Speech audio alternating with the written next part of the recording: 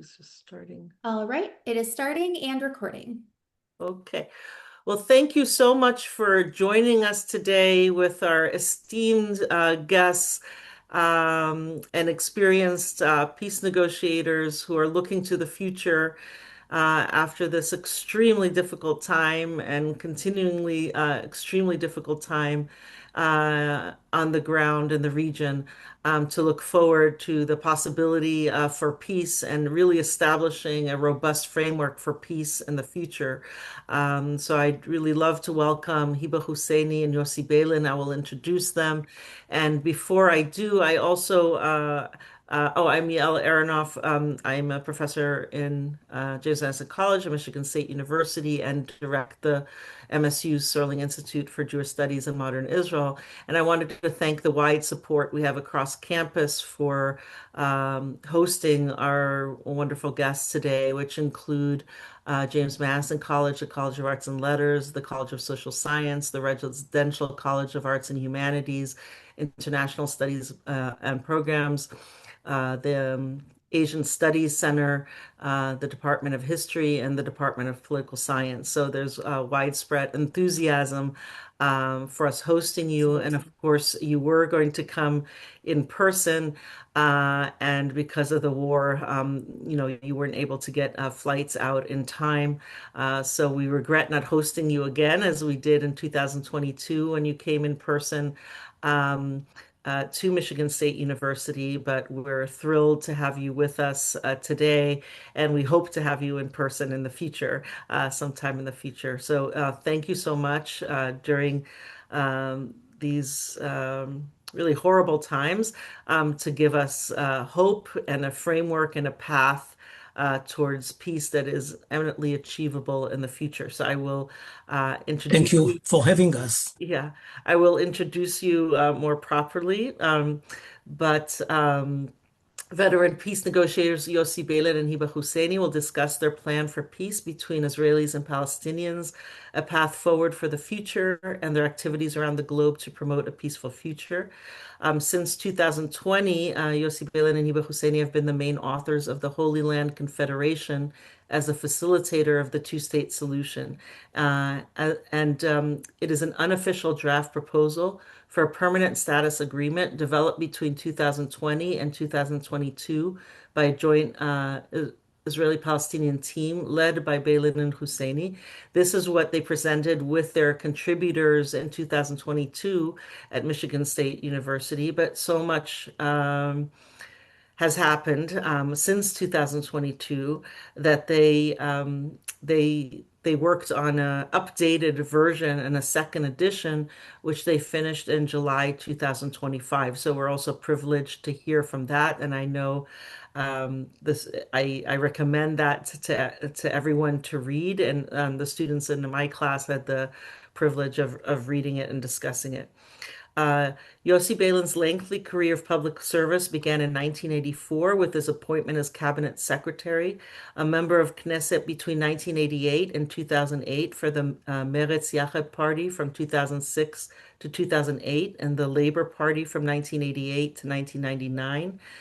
Dr. Beilin has held various ministerial positions in different governments between 1984 and 2008, including Deputy Foreign Minister, Deputy Finance Minister, Minister of Economy and Planning, Minister in the Office of the Prime Minister, Minister for Religious Affairs, and Minister of Justice.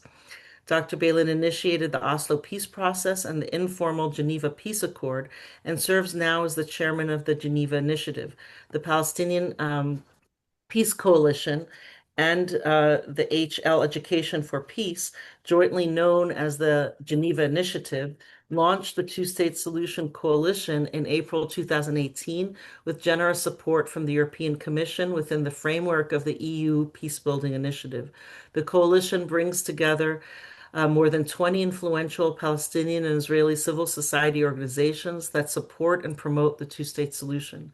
Dr. Beilin is chairman of the steering committee of the HL Education for Peace, and he's founder and president of Beilin International Affairs, Ltd., an international consulting firm since 2008, and co-founded the Economic Cooperation Foundation in 1990. He earned a Ph.D. in political science from Tel Aviv University in 1981 and served as a global distinguished professor at NYU from 2022 to 2023. He is the author of numerous books, including The Path to Geneva, The Quest for a Permanent Agreement, and most recently, Secrets I Won't Take With Me, which he also talked about at Michigan State, that book a few years ago.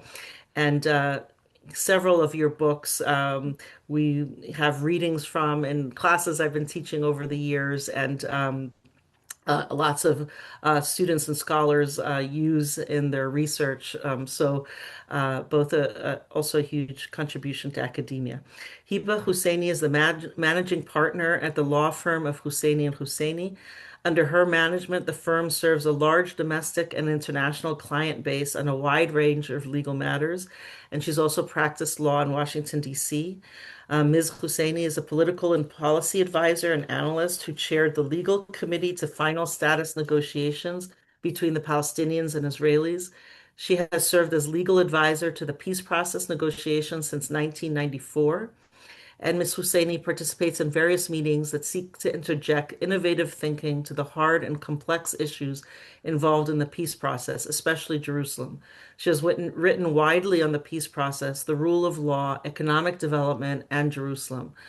Ms. Husseini has co-authored with Dr. Yossi Beilin the Holy Land Confederation and an enabler to the two-state solution. She serves on the boards of various educational, professional, cultural, business, and nonprofit organizations, including the vice chair of the Palestine boards from 1998 to 2005, member of the International Advisory Panel of the American Law Institute, and contributor in 2015 to the drafting of the restatement of the Law Fourth, the Foreign Relations Law of the United States.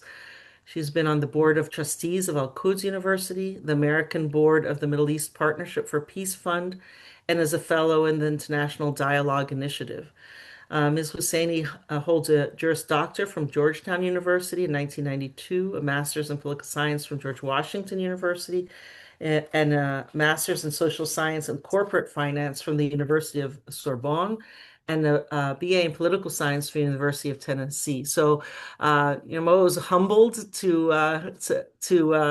have you with us, and you've had such an enormous impact on Track 2 negotiations, on all the work that you've done throughout your lives to try to promote peace.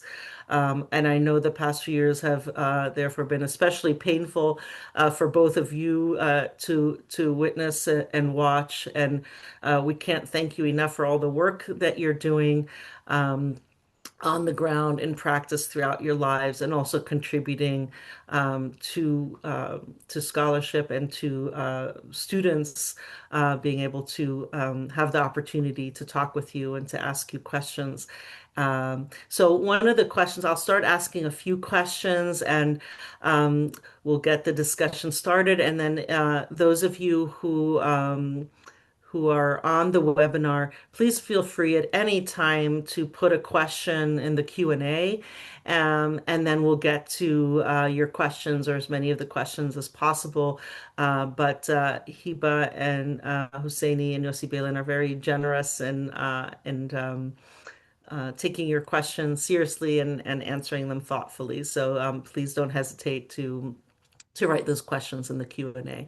So I'll start off with the first question that you've devoted so much to trying to get to a place where we'd see an independent Palestinian state living alongside Israel in terms of the two-state solution.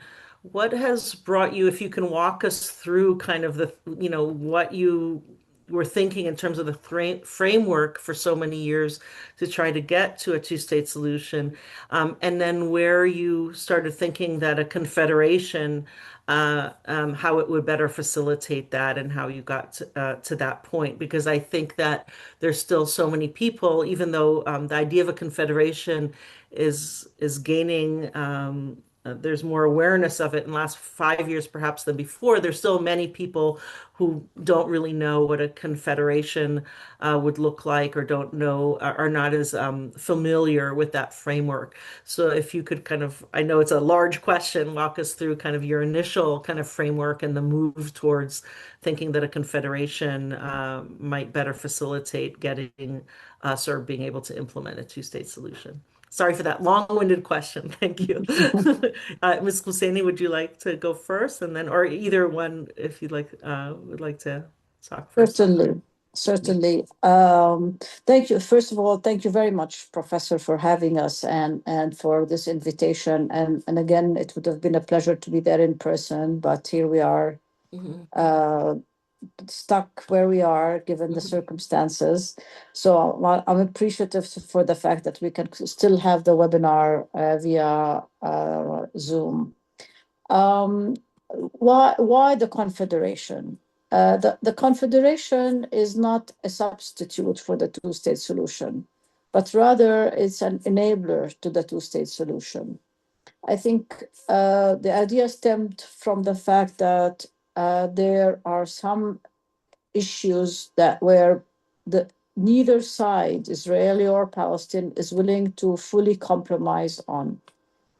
And those issues have been very complex and difficult to tackle, and may have, and over the years, have proven in different sets of negotiations, from the 1995 interim agreement until the last set of formal negotiations in 2008, proved that they were a zero-sum game.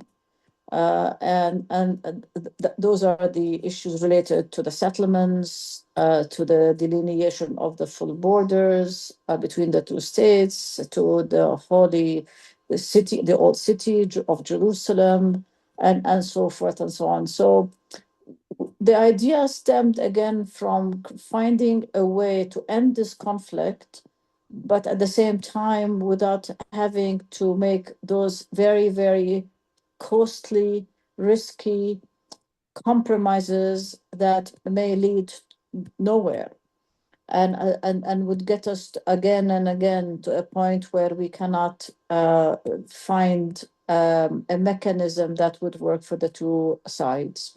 So again, it's an enabler. It's a novel idea whereby uh, and again, also we also wanted to get out of the stalemate of the conflict management, because the conflict has been managed in a way that led to continuous tension, escalation.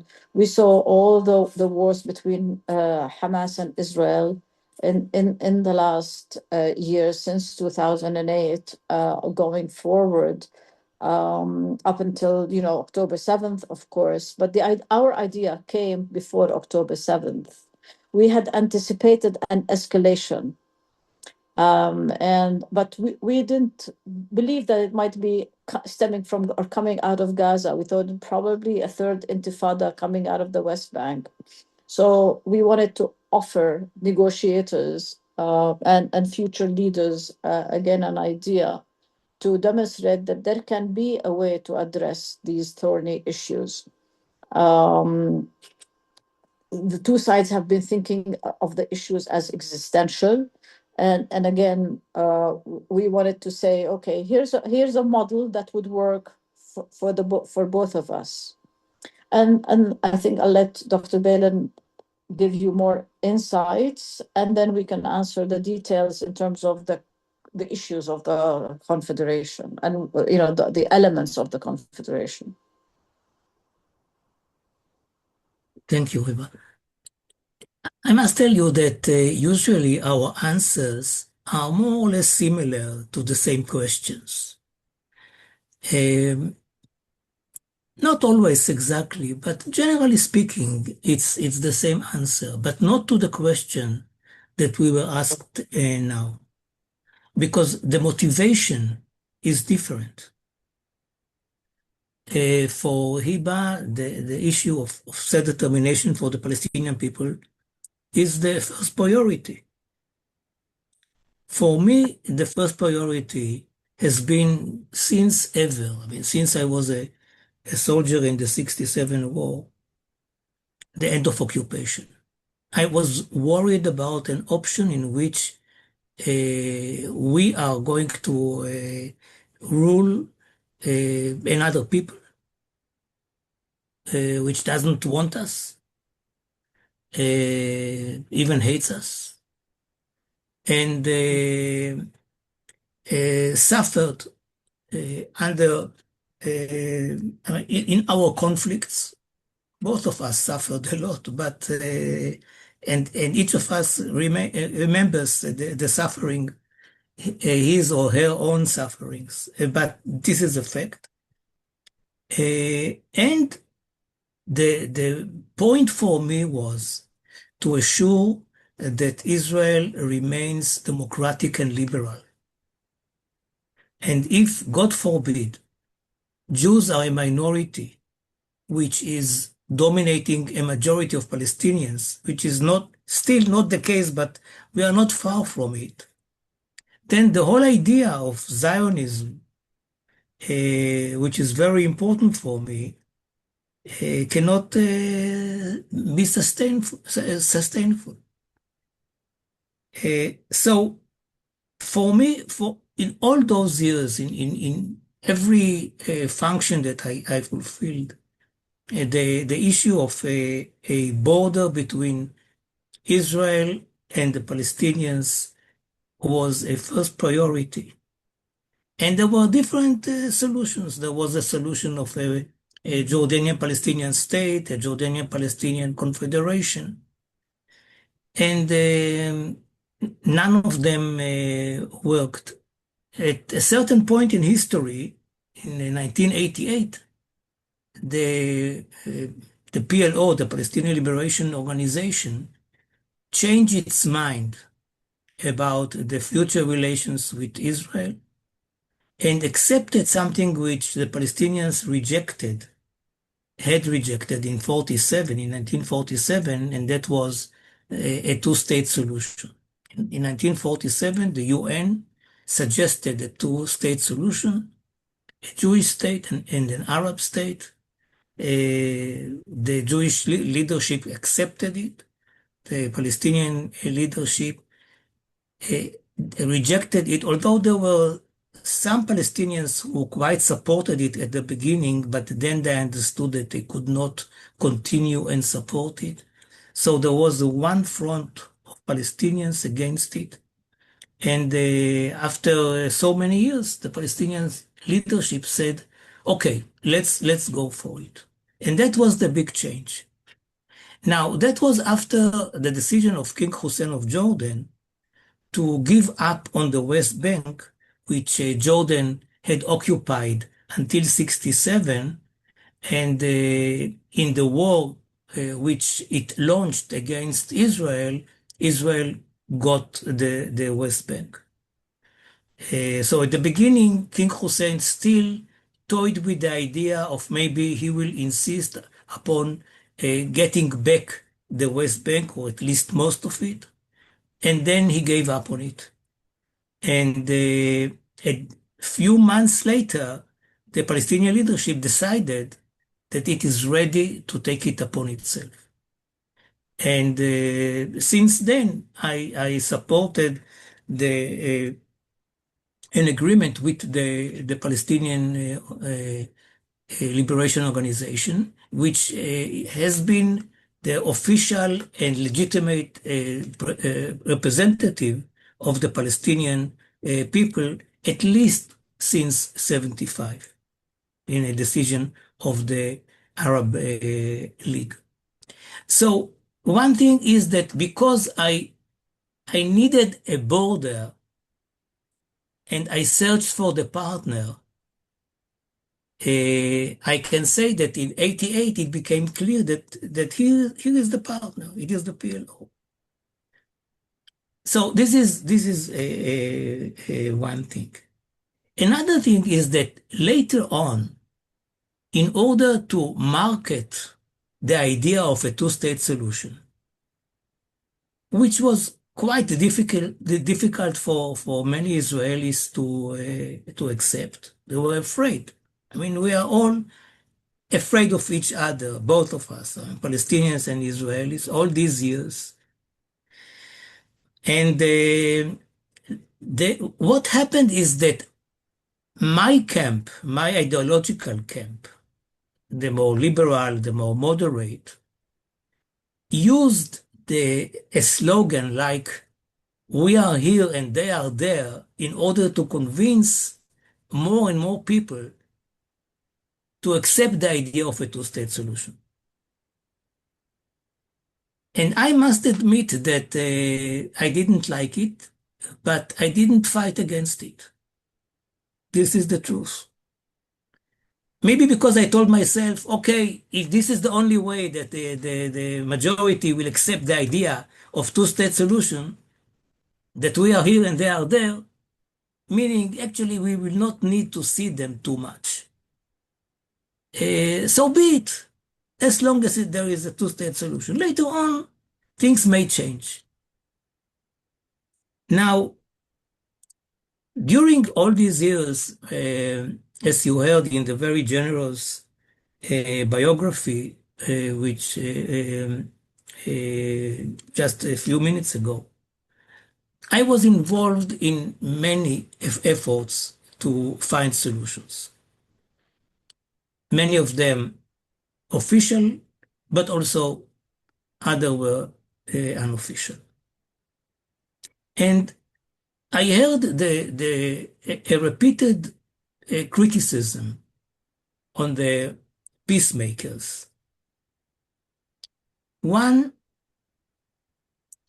you don't touch 48 and you only touch 67. The meaning of it was that you don't touch the very sensitive issue of the Palestinian-Israeli conflict, when Israel actually banished 730,000 Palestinians who lived in Palestine and had to leave, either because they were afraid to remain or because we just told them to leave their homes, and they became refugees. And this point was not properly referred to in our previous attempts to solve the conflict. And the other one was that during the years, more and more Israeli settlers settled in the West Bank, and then also Gaza, but Gaza was solved and we left Gaza. And to think about a real option of an evacuation of hundreds of thousands of people, of Israelis, from the West Bank is unrealistic. When we finished the Oslo process, there were about 90 to 100,000 settlers in the West Bank. Today, it is 500,000. And one has to add to it also about 200,000 in East Jerusalem. Now, some of them, or most of them, will become parts of Israel as part of a land swap, a very small land swap. But so their problem will be solved. But about 200,000 will find themselves in the future Palestinian state. And as I said, no Israeli prime minister is going to evacuate them. It's too many. They are sure that they are already won the case, that most of the territory is under their rule, and nobody will divide the land anymore. Of course, this is not the case. But in order to suggest something which is very realistic, we came to the conclusion that the best way would be to do the following. to tell all those who will find themselves beyond the new border in the future Palestinian state. It's either that you go to Israel and get compensation, as other settlers did in the past, those who had to leave the Sinai Peninsula and those who had to leave the Gaza Strip. If you want to do that, fine. If you don't, then you will be allowed to remain in the new Palestinian state as Israeli citizens, but Palestinian permanent residents, and the same number of Palestinian citizens would be allowed to live in Israel as Palestinian citizens, but also as Israeli permanent residents. So these are the two things which we were criticized on and that we found solutions. The solution for the issue of the refugees or the 60 or the 48 problem is that for the first time in history, we wrote together a narrative of the conflict. And so we did touch the most problematic issues in our story. And I believe that we did something here, something successfully, because we did not try to bypass it anymore. So this is the case. What does it mean? My last line here. Yes, peace is possible. There is no question that peace is possible. It is possible in Kashmir. It is possible. I mean, you just name it, and I'll tell you, yes, it is possible. The problem is whether, or the question is whether both sides would like to solve it, to solve the problem. And once you have leaders on both sides who are committed to solve the problem, you will solve it. And we are suggesting a library of solutions.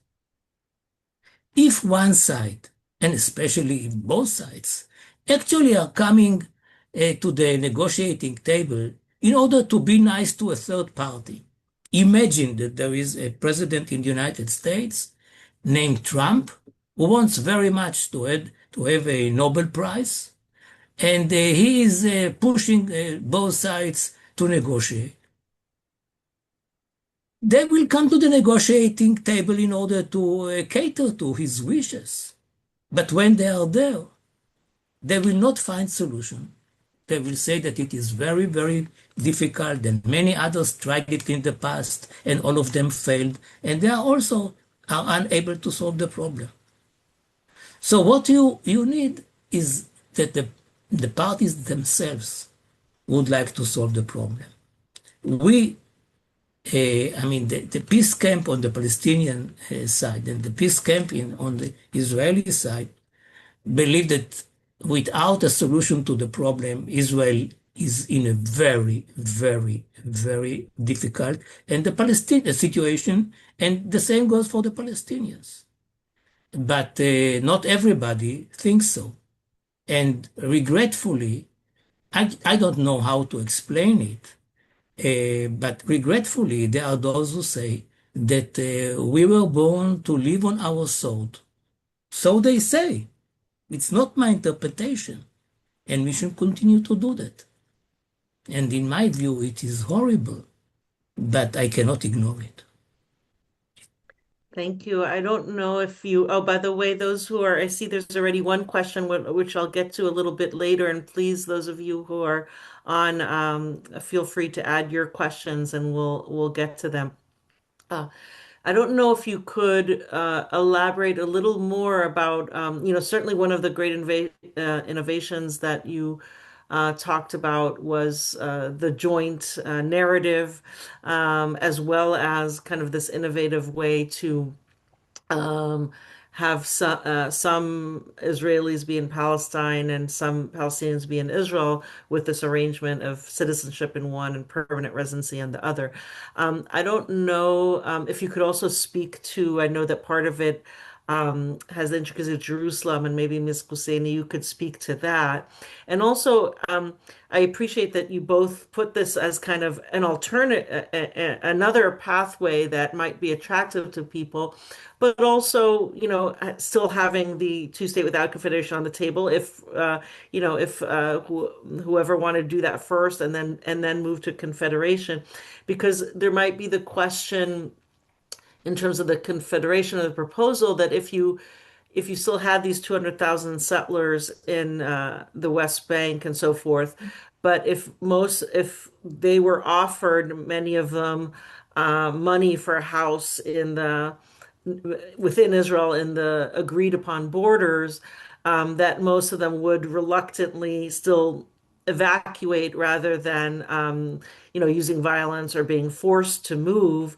And then the fewer, I know I haven't seen current surveys in the past. There were some surveys indicated maybe 4% of them would turn to violence or something. Maybe that has grown over time since. But of course, the evacuation of far fewer, I don't know whether there's 8,000 or 9,000 in Gaza in 2005, people were taken by force who didn't agree to go voluntarily, but it ended up not being violent. So I don't know if there's still that scenario, or if there's this beyond that, this fear of not even wanting to provide incentives to most of those 200,000 settlers were there to be an agreement to move back. So that's just kind of one question. But Ms. Husseini, if you could start with, I know you've worked a lot on Jerusalem and live in East Jerusalem and worked a lot on those proposals. If you could walk us through that, and of course, anything else you'd want to add in terms of the framework or anything else that Dr. Beilin has mentioned, please, you're not limited to anything, but that was just one question concerning Jerusalem.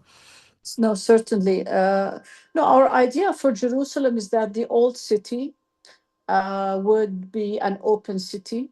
It's too small to be separated by hard borders, physical borders.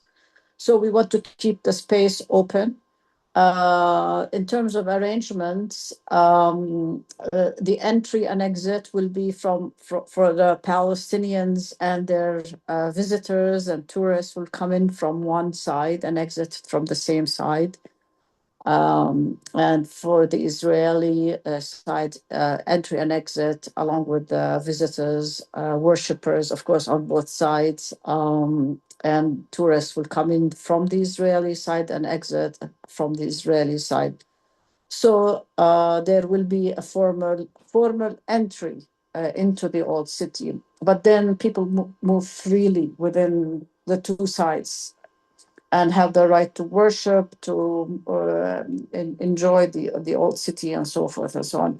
With respect to the holy sites, which is the more sensitive issue, our proposal is that we maintain the so-called status quo. The status quo in 1967, basically, we would hold on to that same status quo with respect to the rights to the holy sites. In other words, Jewish sites are sovereign Jewish Israeli sites. Muslim and Christian sites are sovereign Muslim and Christian sites.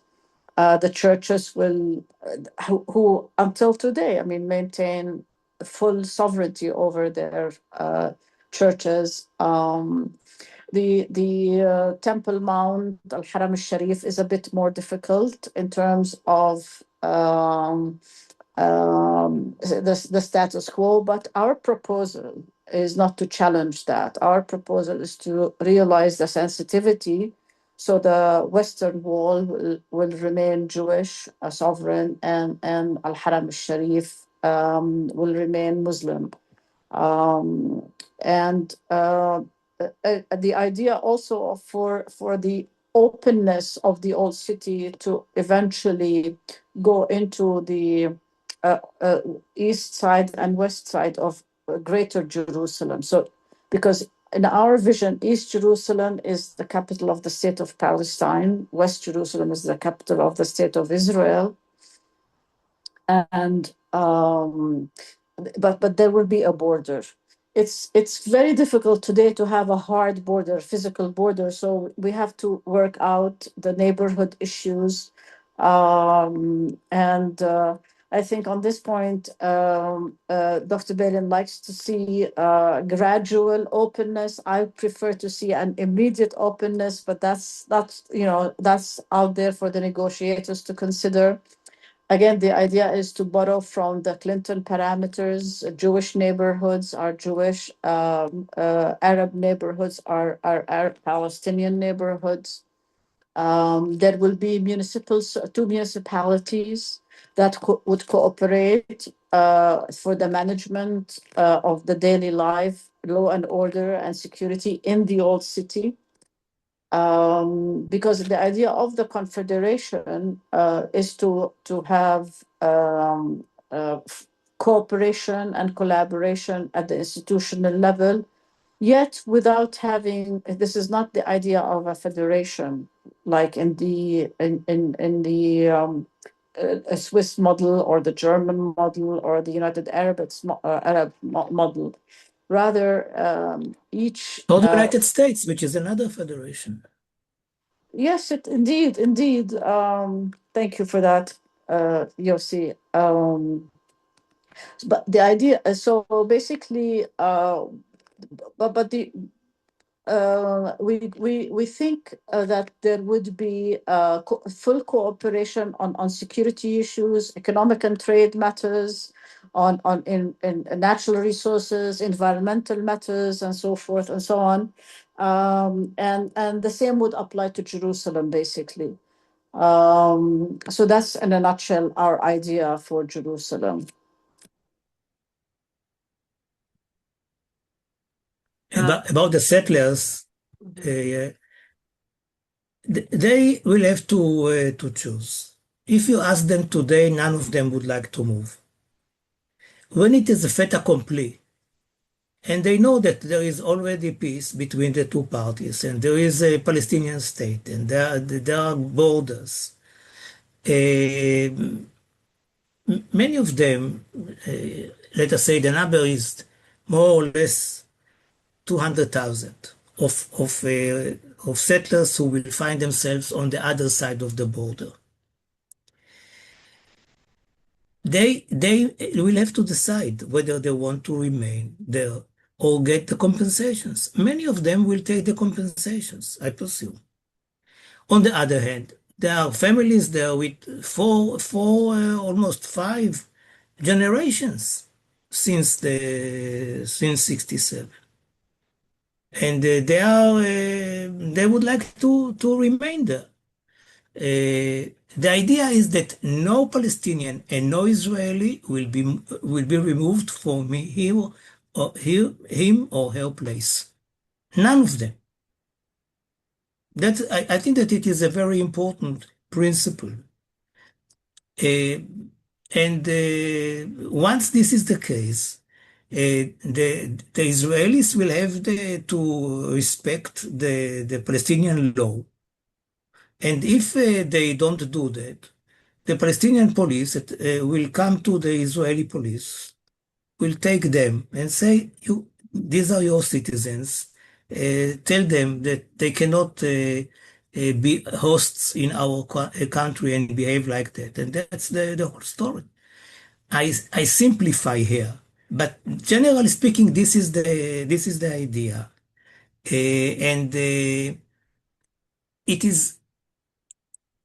is so difficult to know what might be the developments because people are asking us, did you talk to the settlers? No, we did not talk to the settlers about it. Had we talked to them, they would have said, no, we don't want to move. We don't want a division of the country. We don't want a Palestinian state. We know that. We know that. And they will have to play according to the rules, to the decisions which will be taken. But the big thing here is that there will be no confrontation, no physical confrontation. which was the case in the past with all the other withdrawals.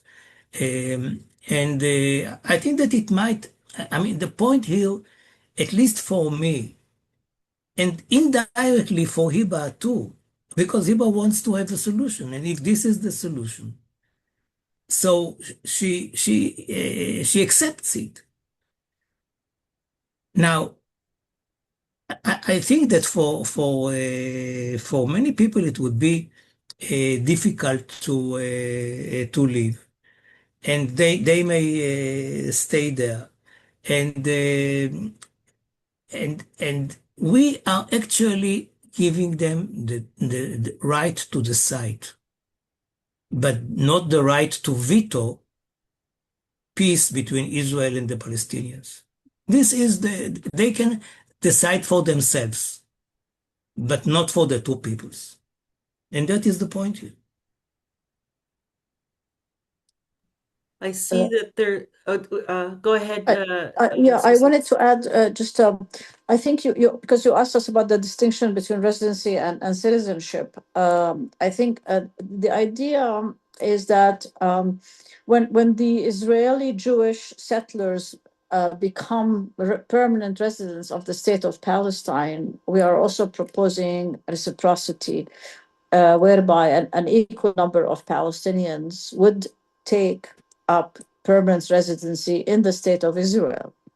And that category of permanent residents, Palestinian permanent residents in the state of Israel, is a distinct category from the refugee category. So refugees will exercise the right of return to Palestine, but a limited number of them will also return to Israel based on negotiations and on family reunification, humanitarian considerations. So the categories are distinct there as well. So that's a further elaboration.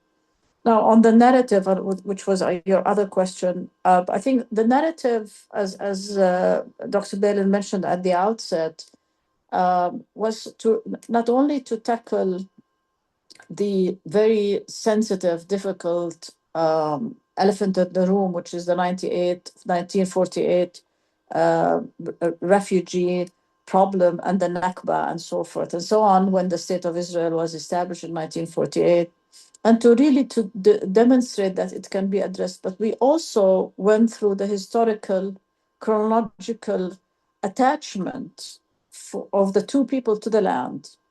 So the narrative predates the 1948 period, and gives for the thoughtful reader, if you will, the detail that so that there will not be this challenge that is currently, and the debate. I mean, who belongs there first, and so forth and so on. There's a historical fact who was there, and how that historical, chronological, factual statement is recited by us. So I think that also answers a lot of skepticism and a lot of questions for people who really want to think deeply about the issue of the narrative.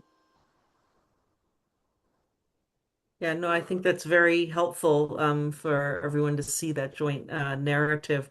There are a couple questions in the Q&A, so I'll also present you with those. One was in terms of Jerusalem, would you anticipate further tension or violence in the proposed shared city of Jerusalem? And also, there was a second question: is a two-state solution possible under Prime Minister Netanyahu? So for that second question, I'd also want to broaden it to current both Israeli-Palestinian leadership as well as potential future leadership, perhaps after the October 27th elections in Israel, or when there are future elections among Palestinians for new leadership. So if you could both discuss the current leaderships of both and potential future leaderships as well. Sorry, it's a lot to there's two questions, so you can take, which one you want to take first. And the other was, about what do you do if violence erupts in this new framework in Jerusalem? Hiba should talk about Bibi. No, I'll leave that to you. He's not my specialty. Go ahead. But I don't want to see him. Let me put it this way. I don't want to see him around anytime soon. Well, he has been in power for such a long while and said already everything, including support for a two-state solution. He went several times to the UN Security General Assembly and said that this is the solution for the two peoples, and repeated it and repeated it. And then he said, no, now I understand that it is impossible. Why is it impossible? Why now you understand? Because there was violence. Why was there violence? Because there was no solution.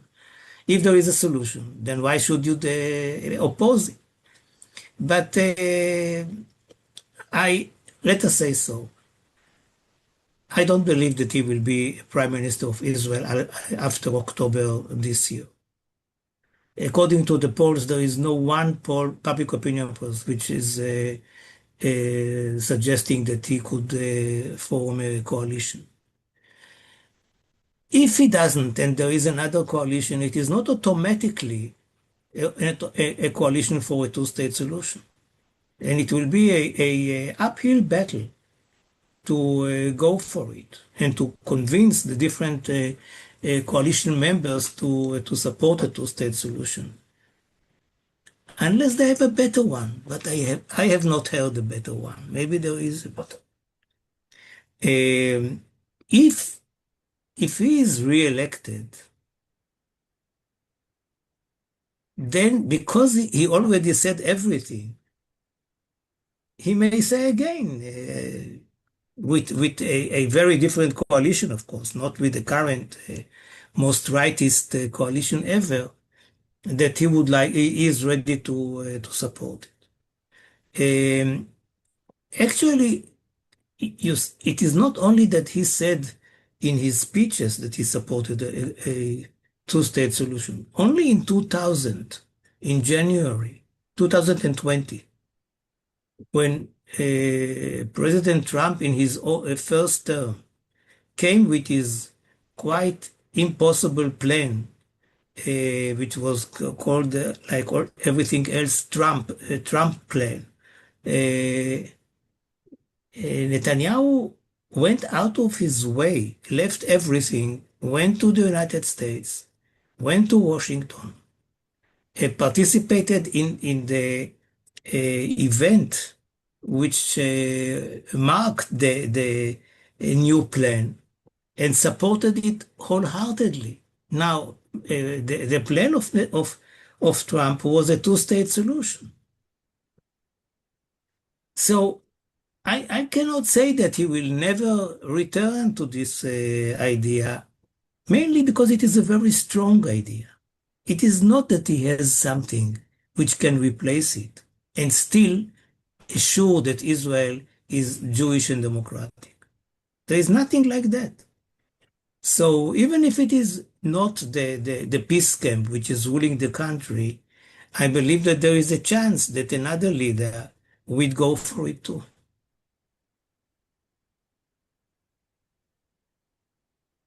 And in terms of current and or future Palestinian leadership, I don't know if you want to address that as well. Sure. I mean, certainly we're long overdue for an election. I just like to flag there's something is very interesting is going to be happening tomorrow in Gaza. They're going to make a trial for a municipal election in the municipality of Deir al-Balah in Rafah tomorrow in Gaza. So this is going to be very, very telling and it's difficult circumstances, but I think it's an examination and to test how people are going to vote tomorrow. But generally speaking, I think on the Palestinian side, the Palestinian Authority needs to be revamped. And we need to have new blood, new thinking to lead the people. There is a lot of disenchantment with the leadership of Fatah currently in the West Bank. And there is a call by especially the youth in Palestine for a change in government rather than appointment after the other of the prime minister and the ministers by the president. And also there's a need to have the parliament reenacted, what we call the legislative council, to reestablished, because right now all laws are being passed by the president himself. So there are a lot of questions about the legitimacy, having just like Prime Minister Netanyahu. President Abbas has been in office for a very long time. He's also getting on with age and so forth. So the injection of new blood through an election would be very important. Now, let's be also very frank here and realistic. President Abbas has been advocating peace and has been seeking to end this conflict and to have a negotiations, but Prime Minister Netanyahu did not find him to be the partner. And although Prime Minister Netanyahu announces, and from a Palestinian perspective, it's seen as a lip service to the two-state solution. He really doesn't want a two-state solution, or if he wants it himself, his coalition doesn't want it, so he plays into to his coalition so that he can stay in office and in power. So there are a lot of challenges and complexities involved here. But all in all, President Abbas has the goodwill for a peaceful set of negotiations. And there are opportunities for young youth. We're not talking youth in terms of 20s and 30s, maybe, people in their 40s and 50s, because President Abbas is in his late 80s. So to answer this question very quickly, yes, we are looking forward for a change. But we also want to have stability, and we want to have national unity as well. We have to have a reconciliation. Without reconciliation, which has been very damaging for us and has played into the hands of Netanyahu, Prime Minister Netanyahu, in terms of, if the Palestinians don't have national unity and they don't see eye to eye, and there's a schism between Fatah and Hamas, then this has empowered Prime Minister Netanyahu and the right-wing coalition in Israel to undermine the PA. And one example has been to withhold the revenues generated from customs collections and duties that Israel collects on our behalf.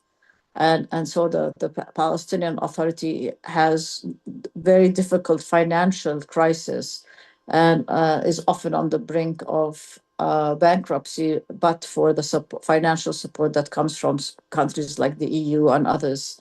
And in the past, it used to be also US and Arab countries. Also, it doesn't help with the settler violence in the West Bank and the annexation and the talk about annexing the West Bank by the Israeli right-wing government. So a lot of factors have also undermined the authority and delegitimized the authority of President Abbas. I don't know if both of you could also see whether there are any kind of, who you point to as a potential future leaders who might be able to move things forward in the right direction towards a Palestinian independent state next to an Israeli state through confederation or elsewhere. I don't know, you know, yeah, if there are particular kind of leaders in the future that you think could promote this and move things along. Well, I mean, on the Palestinian side, certainly, I mean, one unifying voice and leader would be someone like Marwan Barghouti, who has been imprisoned by Israel since the Second Intifada, which is what he has been in prison for over 20 years now. But he is a very good candidate, and he has the legitimacy to unify Gaza, West Bank, and has the acceptance by all factions. There are also, I think, the upcoming elections, which we are hoping to hold in the coming year or so, both presidential and parliamentarian and municipal in the coming months, would give us an idea of potential younger leaders and potential candidates who have the legitimacy to be representative of all Palestinians. We didn't answer the question on Jerusalem and violence. I think, as Dr. Beilin mentioned, if you have a solution, there would be no violence, or violence would be limited.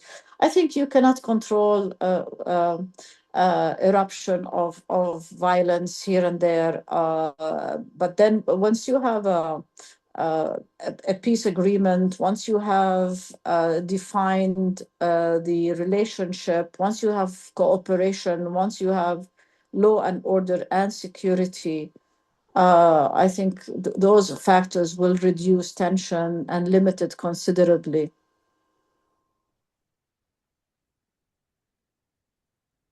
That's right. I don't know if you wanted to address different leaders or political parties that perhaps in the next election or in the future might be more open to moving things in a positive direction.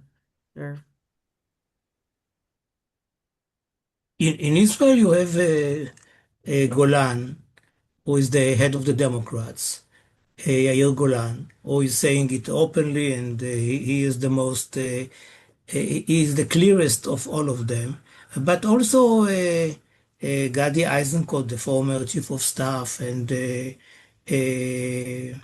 Lapid, the former prime minister, are supporting the two-state solution and understand that this is the only solution. The problem is that Bennett, who is a right winger, and who gets now the biggest support in the opposition, is totally against the two-state solution and any division of the land.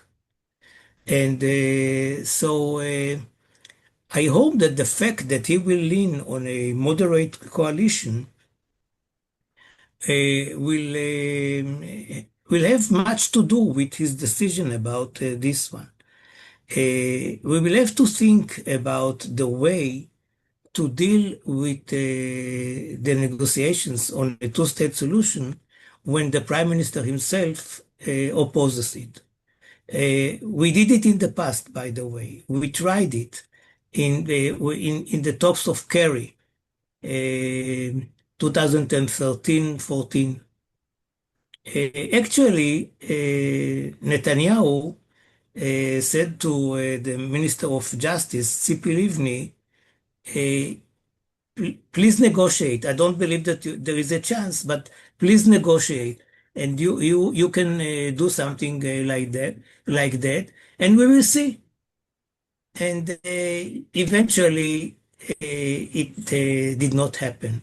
But theoretically, we have a precedent for a prime minister who is not enthusiastic about such negotiations, but because of the coalition, he allows members of the coalition to go for it.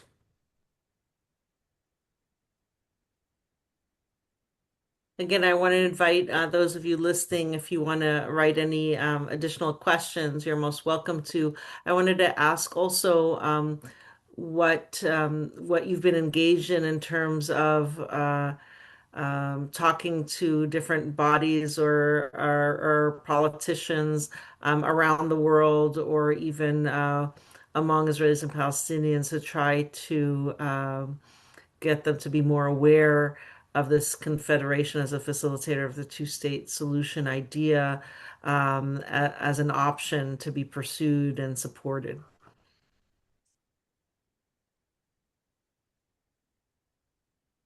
I'll start.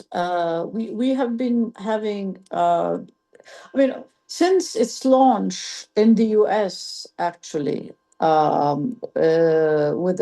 we had meetings at the State Department level and the Senate and Congress. So it was very, very welcome at the time in terms of a discussion. Unfortunately, as we were having these discussions in Washington, the Russia-Ukraine war broke out, because we were there in February of that year. But we did go to New York, and we met with the UN Secretary, Mr. Guterres, and he welcomed the idea as well. Yossi can speak better to that, because they also have had a personal relationship over the years. But since we have been touring European cities, the EU headquarters in Brussels, and we launched the work under the so-called Beilin Initiative. We were invited there to and hoped to develop a working relationship there as well with various institutions. We participate a lot of webinars, seminars online, and we discuss with think tanks around the world. We also write various opinions here and there for publication. We have not had, we had a meeting with President Herzog of Israel, and Yossi met with President Abbas. I have not. I met with other PLO representatives. We have not had the opportunity yet to have outreach at the grassroots level yet. The conditions have not been conducive to that. Yossi, would you like to add more? Yeah, we met with people like Bill Clinton, who Sure. read it carefully and said that it is a very good idea, and it is better than his principles of 2000. The general attitude towards this idea is the following. There are those who say, good luck. We are very happy that Palestinian and Israelis are still meeting and talking to each other. And if this is what you agree upon, we will not oppose it. There are those who think that it is too much a kind of a dream rather than realistic. And those who say, let us go first to the two-state solution, and then we will talk about something else, like the confederation. The point is that our idea, as Hiba said already, is that the confederation is a facilitator for the two-state solution. It is not, a confederation is not just nice to have. It is a tool which might enable us to go for a two-state solution, because otherwise, if every idea for a two-state solution is accompanied by uprooting hundreds of thousands of Israelis from the West Bank, it might be impossible to do. That is the point. So they must know that at the end of the day, they will have perhaps to live to live under the Palestinian leadership, but they will not have to leave their homes. So it cannot be just something which is offered to the parties once they have the two-state solution. But in order to have the two-state solution, we need the confederation.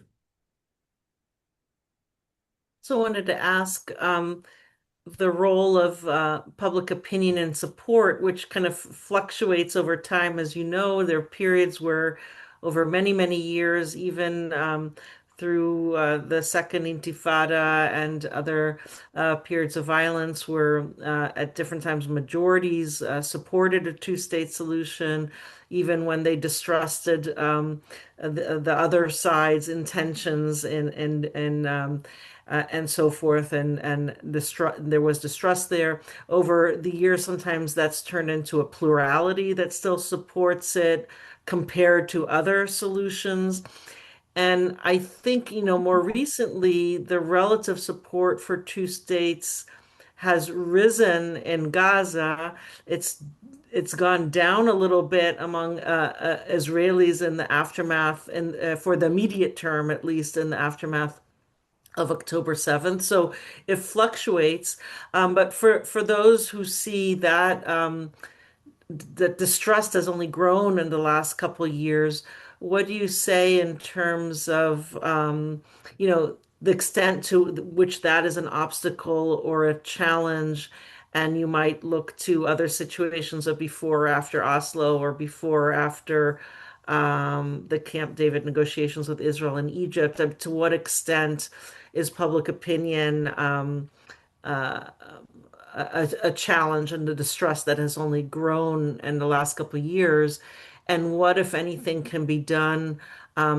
It seems like often the Israeli leaderships and the Palestinian leaderships, and I'm not even talking about this moment, but in the past, have not spoken to each other's publics as maybe could be possible in order to kind of strengthen kind of trust in one's intentions and so forth. So I wanted to speak to kind of the role of public opinion, and to what extent that could be shaped, to what extent that has been positive in various points, and what can be done to influence it. Well, I'll speak to the West Bank and Gaza, of course. In terms of the public opinion, certainly in the West Bank, there's been more of a tilt towards a so-called rights-based solution, which for the people who are advocating this position or this opinion, it means one state. But I think the reaction stemmed from the circumstances. I mean, I think bottom line, Palestinians want an end of conflict, an end of occupation, and again the right to self-determination, as Yossi mentioned. I think the going extreme and saying one state or rights-based is to challenge Israel's notions of demography, demography and democracy, and to say, hey, you want to keep a heavy hand in ruling and having a strong military rule over the West Bank with checkpoints and with restrictions on movement and on having international borders, and on not dealing with the refugee issues and so forth and so on. And remember, they're also influenced by the Palestinians, say, in Jordan and elsewhere. I mean, that's the huge refugee community as well there, and in Lebanon. So I think it stems again from the circumstances where the disappointment and the frustration for not having been able to have a two-state solution materialize has led them to go into that direction. But my sense from talking to a lot of people, when you push them a little bit and say, what do you mean by one state? I mean, do you really think you're going to be having one parliament and one government and one national election and how do you want to deal? How do you think you're going to deal with all of this? Even if the demographic numbers eventually speak more in favor of the Palestinians, I think today the Israeli population count is higher than the Palestinian one. We have around 2.1 million in Gaza, and around 3.5 million in the West Bank, and you have around 200 to around to 300,000 in East Jerusalem and its outskirts. Bottom line is that for me, it's unrealistic to have a one-state solution. Yossi, would you like to comment on that? Just to say that from our experience, people are following their leaderships. That happened with Egypt, that happened with Jordan, it happened with the PLO. This is one thing. And the second thing is that peace is made in most of the cases, I believe, or in many cases, after clashes and very tough conflicts, not out of the blue. So this is the right time. Yeah, and I think that you've also pointed in the past to kind of a dramatic shift in public opinion, to exemplify what you're saying. Before Oslo, there are people who are more skeptical, and then after you played a Because big they role go with, after the yeah, kind of, leaders. I mean, yeah. if they trust Rabin, if they trust Begin, they support them. Even if they themselves thought that it would be a mistake, but they are convinced by the leaders, not only in non-democratic countries, but also in democratic countries. There is one more question in the Q&A. Say, are there any plans, theories on how to rebuild Gaza? Well, you have now a whole a machinery which deals with it. It is a very serious one, which is now in Cairo, but should be in Gaza itself, under the leadership of Medvedev, the former Bulgarian foreign minister, who is a very serious person. Hiba knows him, and I know him. And they are suggesting very concrete plans to rebuild Gaza. The bottom line will be budget, and it will cost a lot. And the question is again whether the world will be ready to to fulfill the promises and to help Gaza, and Israel should be, in my view, part of the efforts to rebuild Gaza. I mean, I totally agree. I mean, there are plans, and there are very serious plans, and Mr. Nikolai Mladinov is the High Representative under the UN resolution, which has taken the Trump 20-piece plan under its structure. So then there's a structure. There's also a Gaza committee of Palestinians, all from Gaza. They're based in Cairo right now.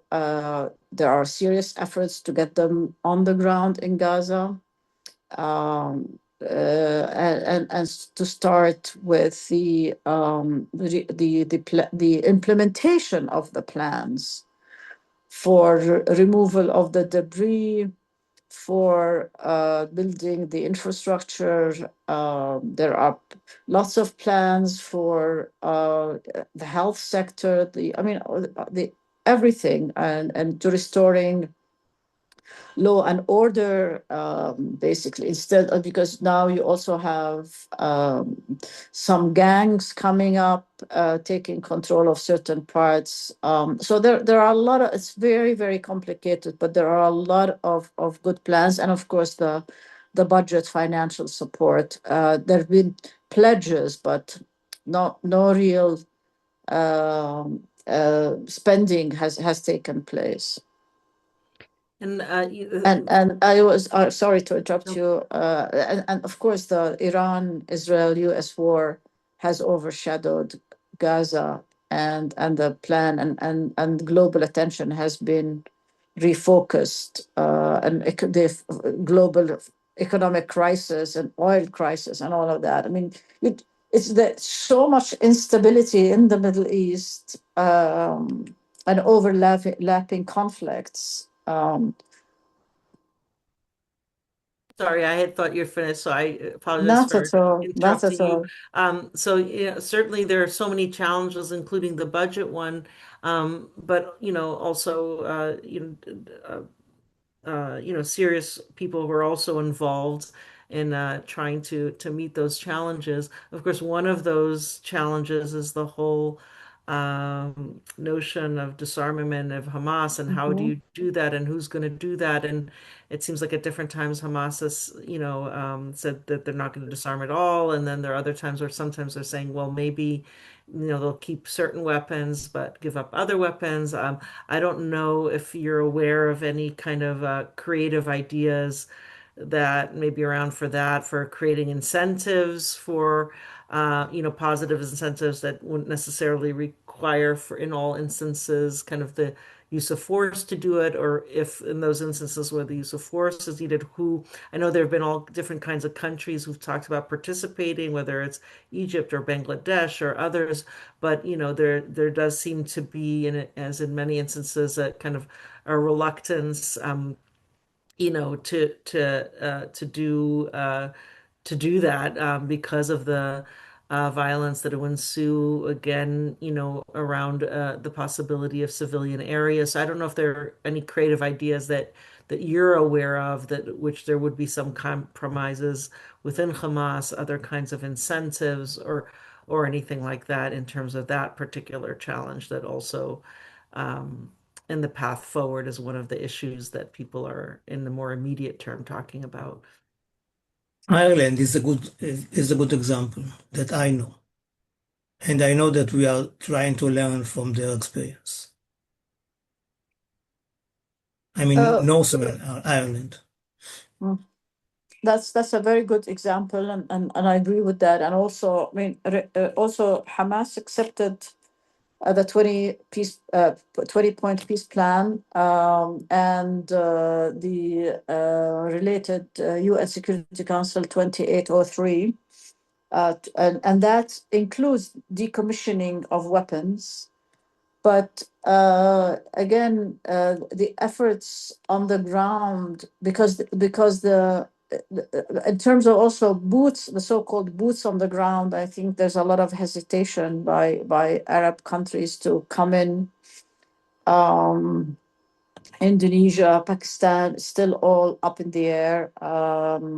It's going to take huge efforts to also um, uh, convince Israel to allow the Palestinian Committee, the Gaza Committee, to come in, and for international organizations to come in and start dealing with the infrastructure and the humanitarian aid.